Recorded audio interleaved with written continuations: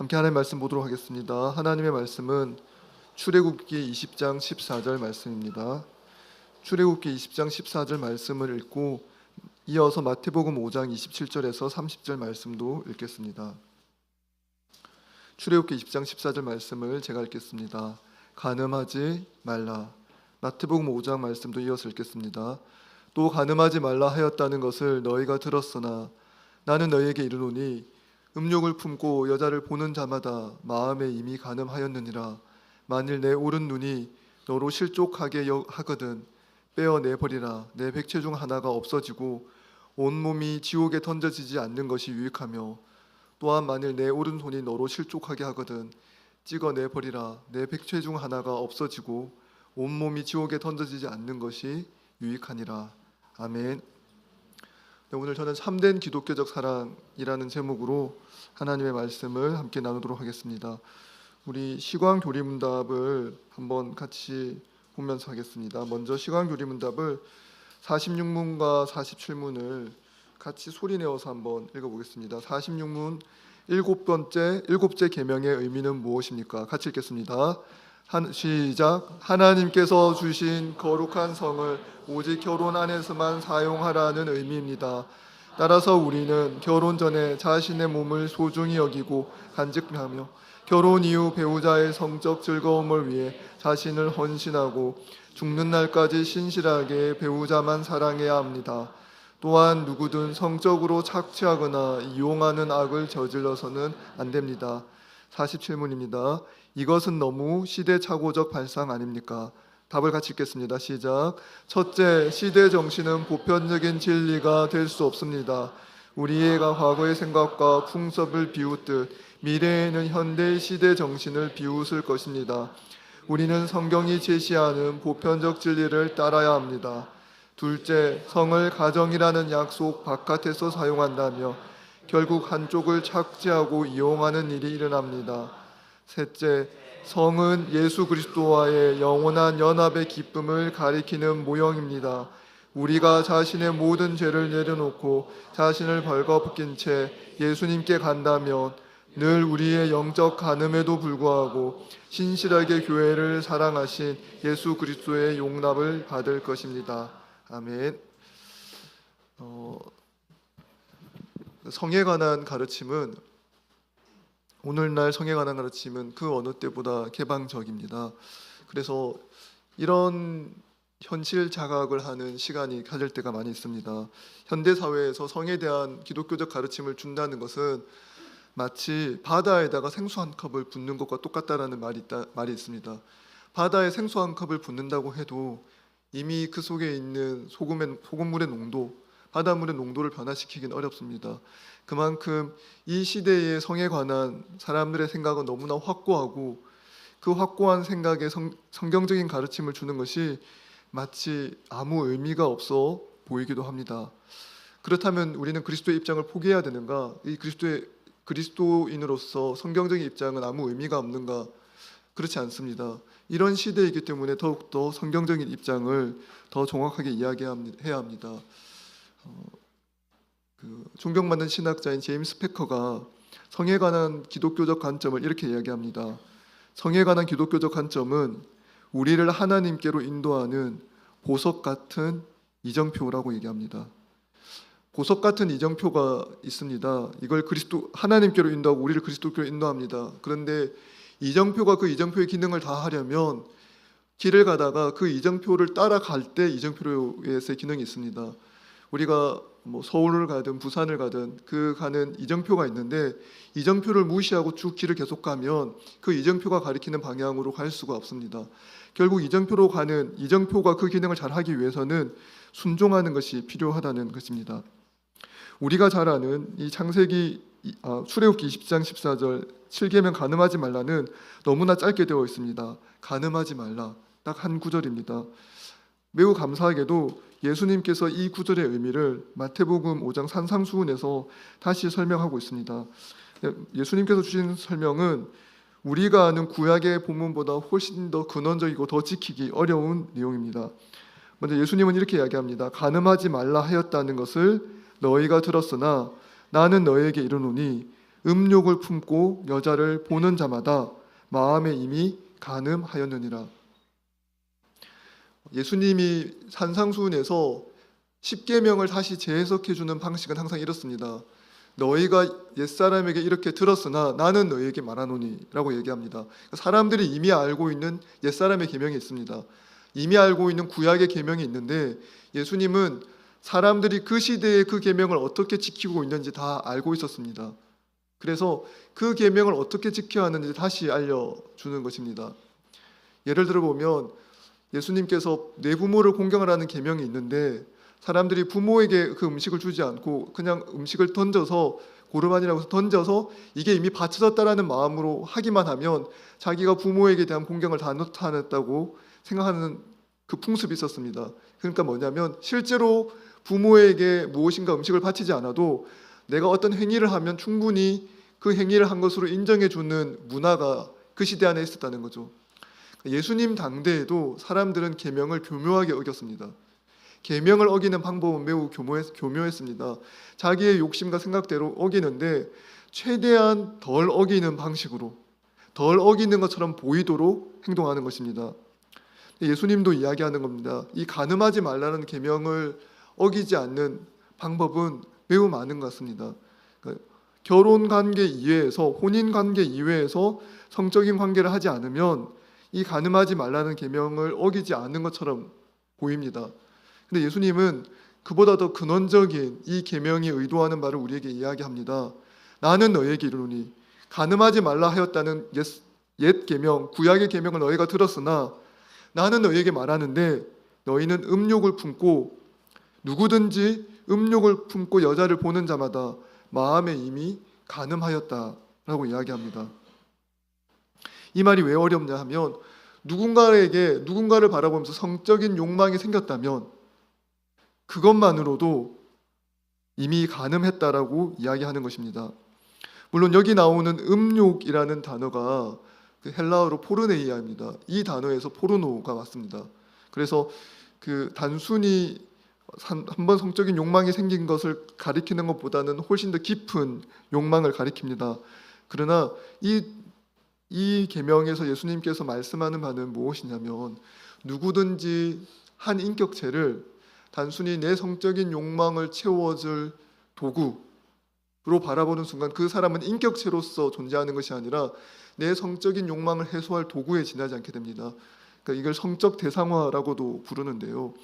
그러니까 오늘날 우리가 성적 대상화라고 부르는 말을 예수님은 이미 2000년 전에 누구든지 한 대상을, 그것이 남자이든 여자이든 음욕을 품고 보는 것만으로도 이미 간음했다라고 이야기합니다.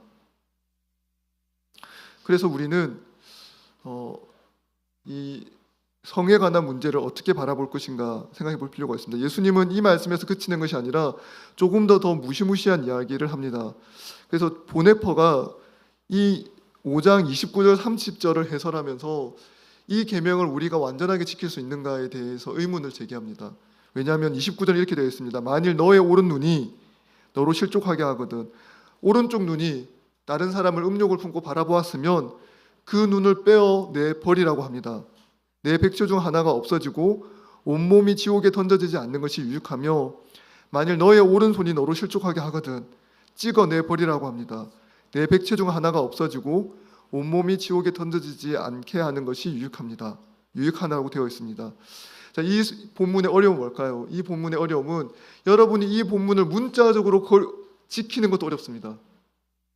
여러분 문자적으로 이걸 지킬 수 있습니까? 여러분이 누군가에 대해서 성적인 욕망이 생겼다는 이유로 여러분의 눈을 파기 시작하면 일단은 두 눈은 다 없어지고요. 팔 눈이 없어질 겁니다. 그렇지 않습니까? 우리가 딱 두 번, 생애에서 딱 두 번만 성적인 욕망이 생기지 않지 않습니까? 일단은 두 눈을 일단 다 드러내야 되고 손도 다 잘라야 됩니다. 근데 손 두 번으로도 안 되죠. 자를 게 몇 개 없기 때문에 자를 게 몇 개 없기 때문에 이 계명을 문자적으로 지킨다 하더라도 더 이상 내어줄 게 없는 상태가 될 것입니다. 그러면 이건 무시해도 되는 말인가? 그것도 아닙니다. 그러니까 보네퍼가 이 본문에서 이 본문을 지키는 방식에 대해서 이야기하는 바가 이걸 단순히 문자적으로 지키려 했던 옛날 전통도 있습니다. 그래서 실제로 칼로 자해를 하거나 이렇게 한 사람들도 있었습니다.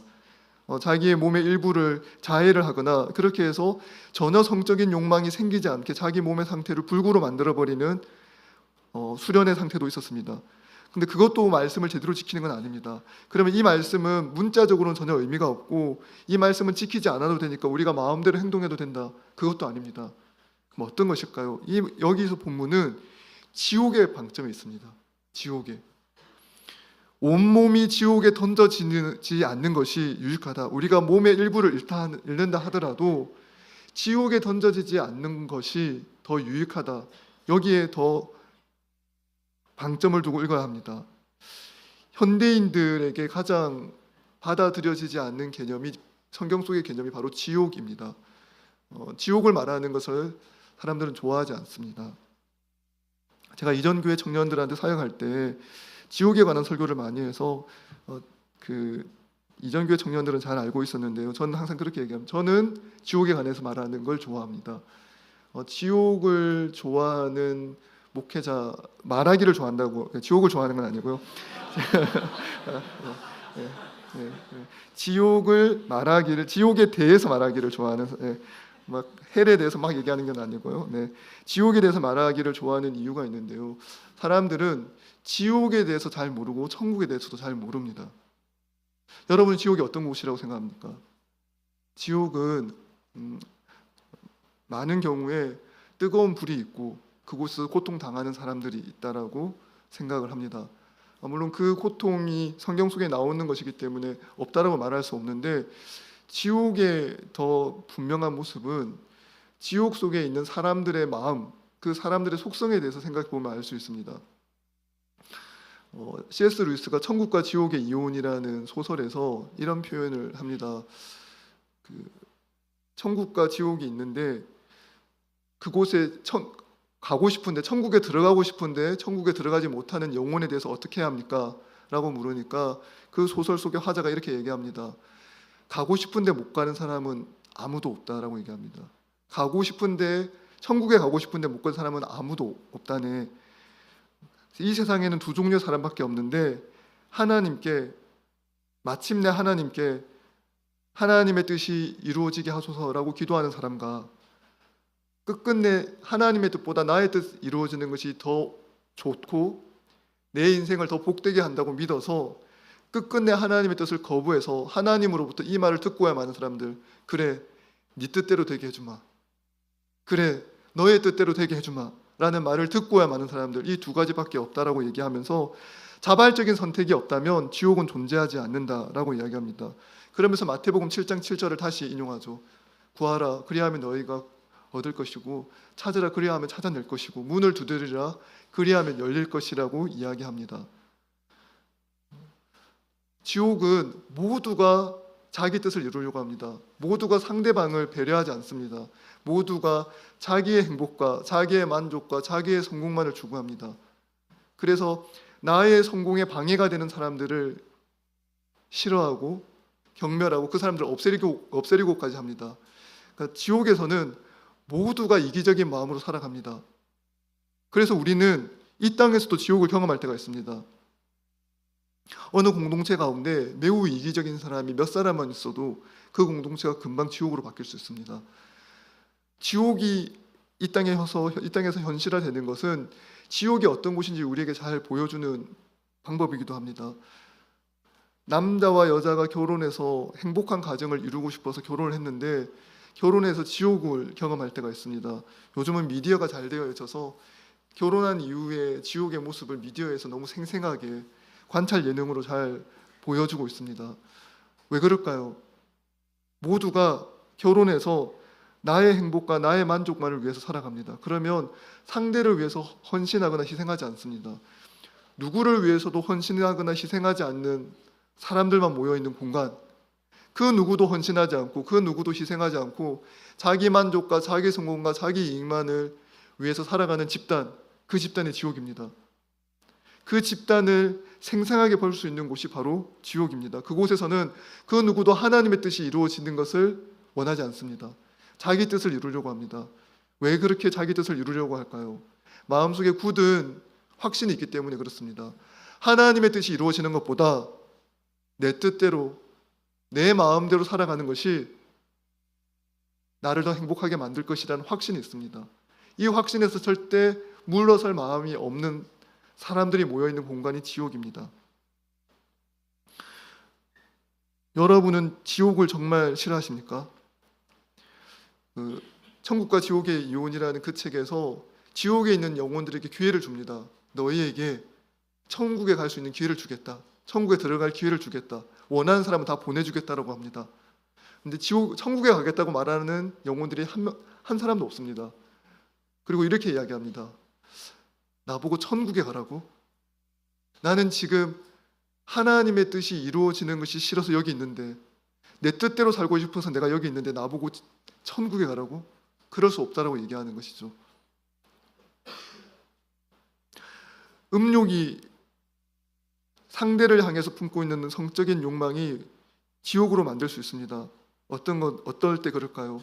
상대를 이용하려고 합니다. 상대를 통해서 나의 육체적인 욕망을 해소하려고만 합니다. 헌신 없는 사랑이 가능하다고 생각합니다. 헌신 없는 사랑, 헌신 없는 결혼, 희생 없는 결혼이 가능하다고 믿는 순간 그 결혼은, 그 연애는, 그 사랑은 사랑이라는 이름으로, 결혼이라는 이름으로 지옥을 만들어냅니다. 여러분, 그 지옥에서 살고 싶으십니까? 정말 그런 지옥을 경험하게 되면 여러분, 차라리 내 손이 뭔가 문제가 생기더라도, 내 몸에 상처가 생기더라도 그 지옥에서 벗어나고자 하는 마음이 생길 것입니다. 그러므로 예수님은 이렇게 이야기하는 것입니다. 만일 너의 오른 눈이 너로 실족하게 하거든 빼어내버리라.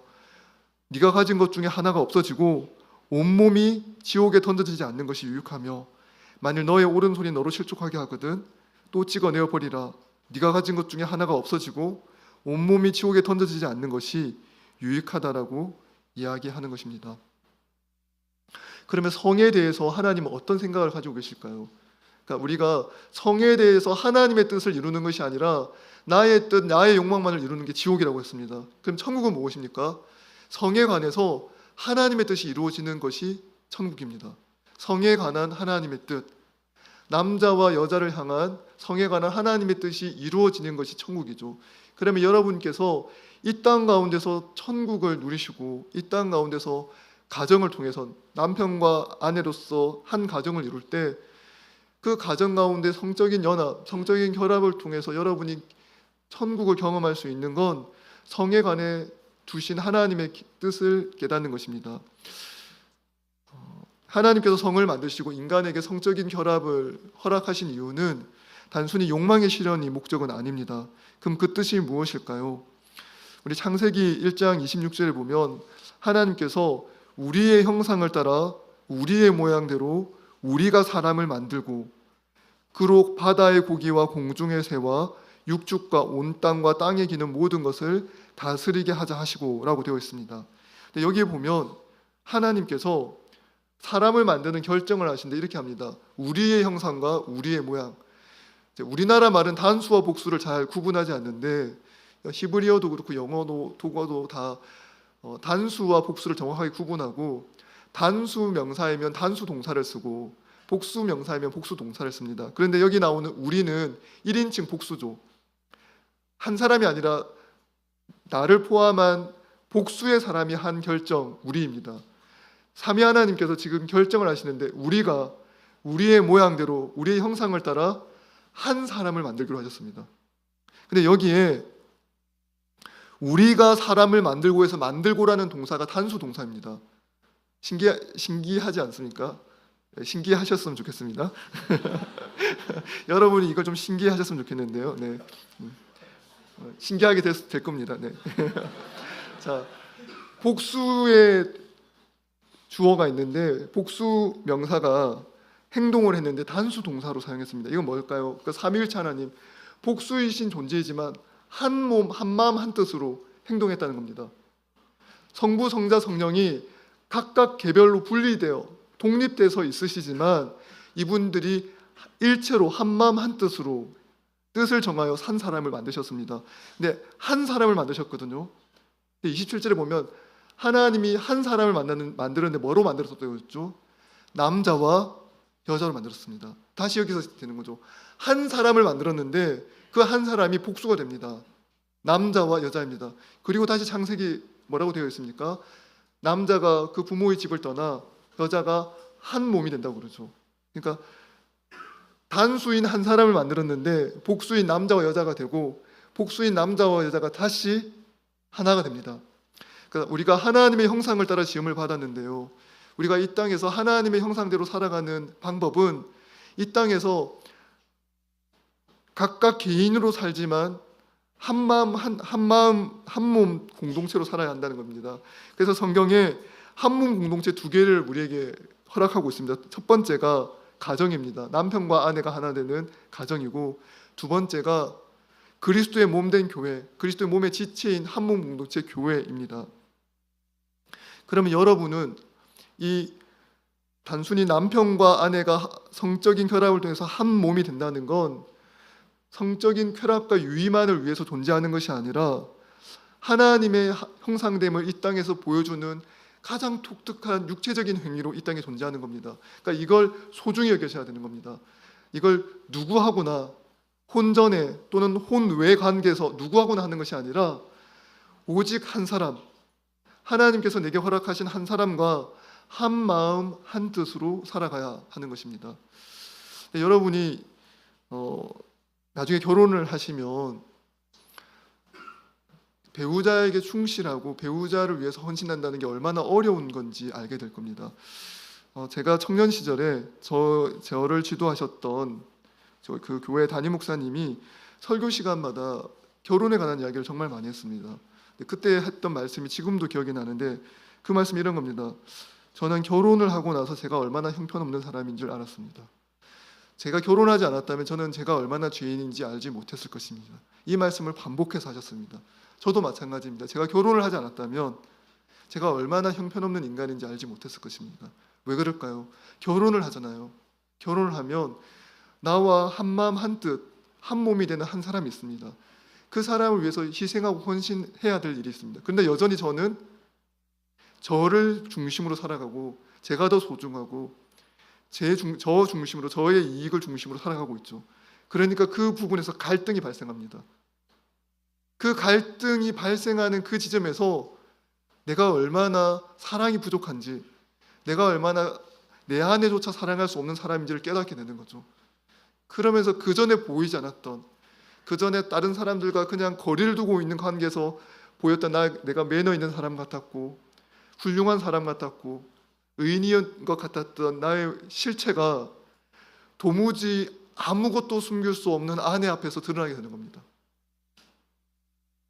실제로도 내 몸에 어떤 것도 가릴 수 없는, 내 몸에 어떤 것도 가릴 수 없는 그 아내 앞에서 내 몸의 실체뿐만 아니라 내 생활의 실체, 내 삶의 실체를 다 알고 있는 한 분 하나님 외에 나를 이토록 공의롭게 판단할 수 있는 유일한 능력자, 그분 앞에서 판단을 받게 되는 거죠. 그러면서 알게 됩니다. 내가 형편없는 사람이구나.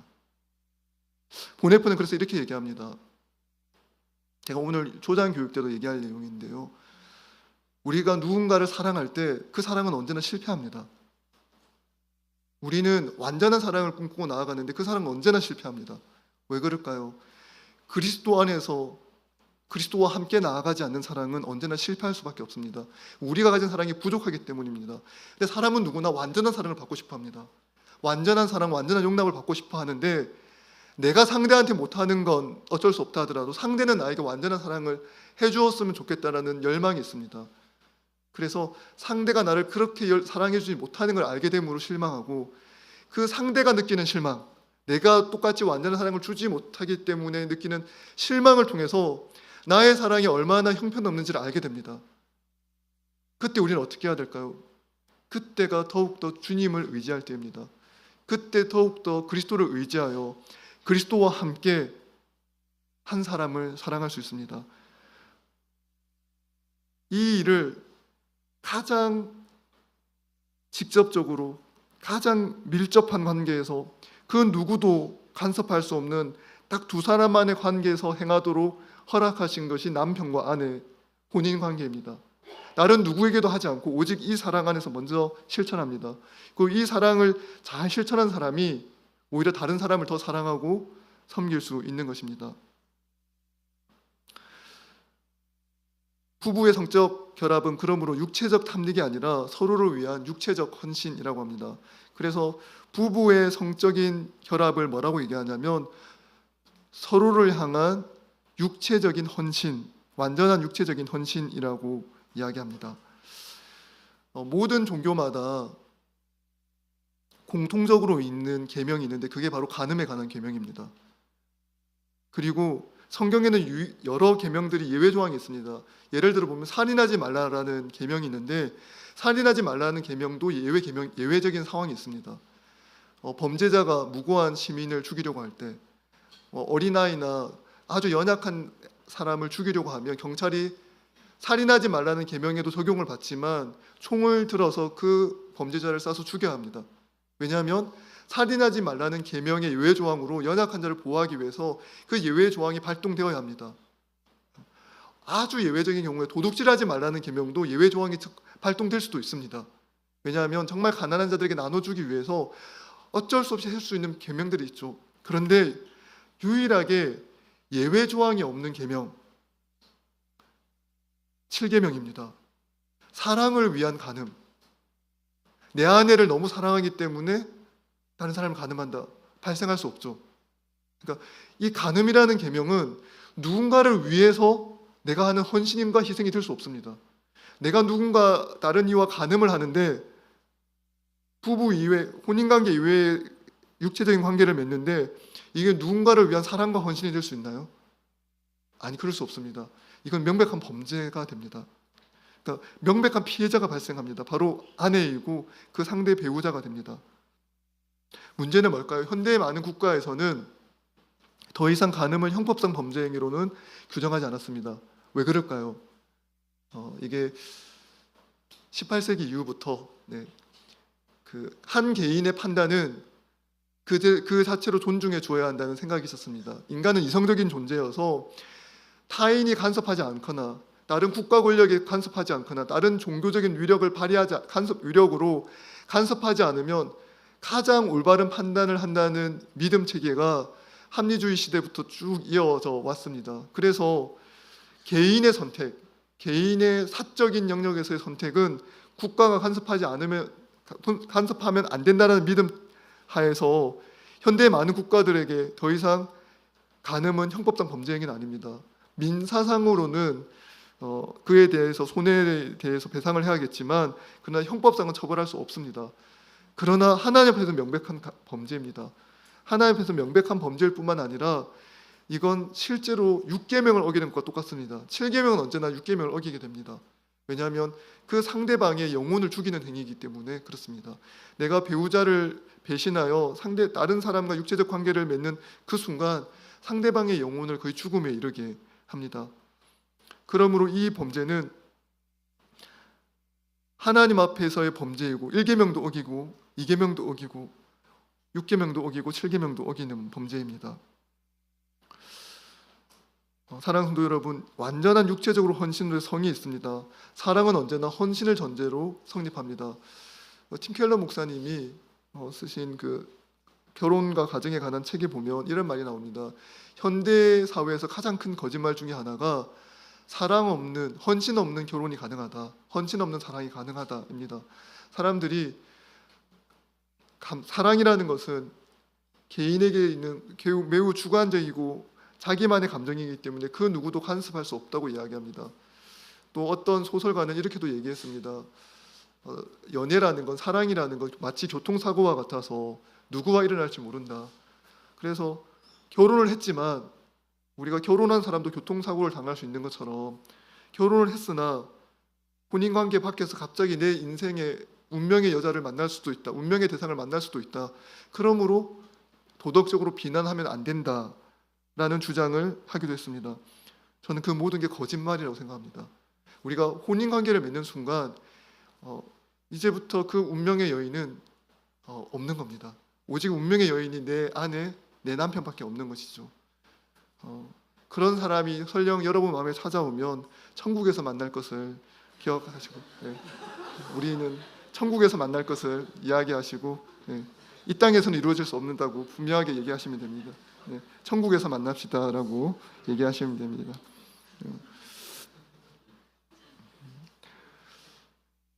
하나님께서 부부에게 주신 가장 간절하고 아름다운 열망이 있습니다. 이 열망이 부부 안에서, 성적인 열망이 부부 안에서 이루어질 때 가장 아름답습니다. 스탠리 하우스가 이런 말을 합니다. 그리스도인은 결혼한 사람이라도 서로 사랑해야 합니다. 근데 저는 그 다음에 스탠리 하우스가 붙인 이 말이 너무나 이상한 말인데 또 너무나 사실 같아서 너무 슬픈 말입니다. 이 말이 잔인하고 심지어 무자비한 요구일 수도 있지만, 너무 슬픈 말 아닙니까? 결혼한 사람도 사랑해야 합니다. 더 사랑해야 합니다. 저는 제가 결혼해서 가장 좋은 것 중에 하나는 신혼 때보다 지금 더 아내를 사랑해서 더 좋습니다.